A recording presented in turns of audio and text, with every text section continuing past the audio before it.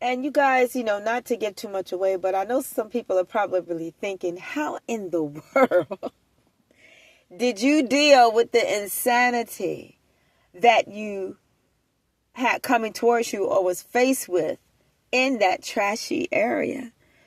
You guys, let me tell you, I'm not going to go too much in depth right now, but, and I know it may be difficult for a lot of people to understand the type of person that I am, but one thing that I guess a lot of people don't realize is that as far as the trashy people that I battled, I attended school with a lot of that junk.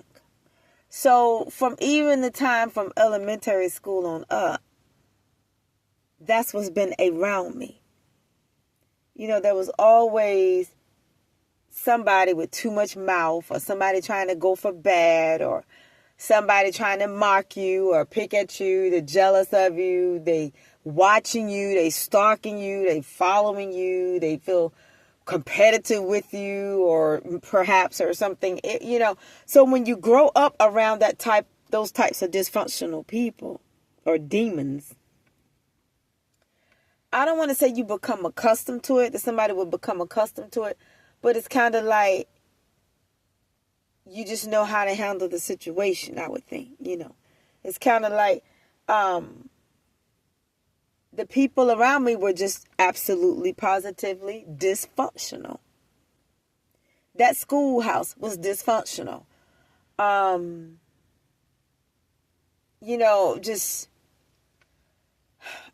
don't want to bring rumors into the conference, but there was rumors that there were students that were sleeping with the teachers that were sleeping with the students in high school, and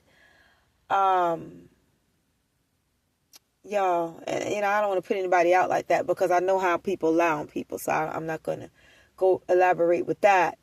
But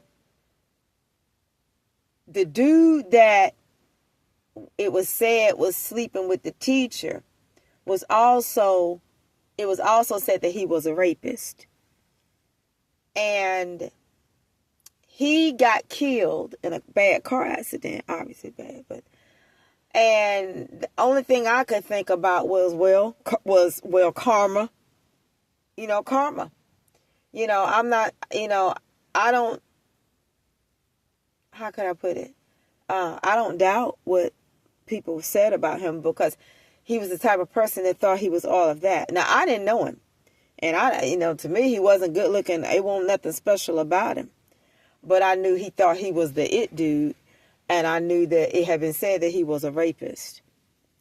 And the next thing I know, he was dead. So a lot of filth. I was going to say, this is what I'm trying to say, y'all. I'm tired. Listen. This is what I'm trying to say. A lot of filthy things have gone on in that town. That town has always been full of rapists too, as anywhere. But I'm just saying, that's why for them to come after me the way that they did, with the filthy lives that they've lived and with the things that I know about them. And then the thing about it is, even a lot of those chicks who think they've got it going on, they don't have it going on, because a lot of times people can look at who you dated and try to point the finger, but they act like who you dated didn't know about what the things that who they dated were doing. You guys are following me? Meaning, they don't know what I know about who they were going with. Okay? Because I do know some things. And the only thing I could say to those bum bucket tramps that came from me is, before they try to put their mouth in what they thought was my business, they need to check the dudes that they thought were theirs.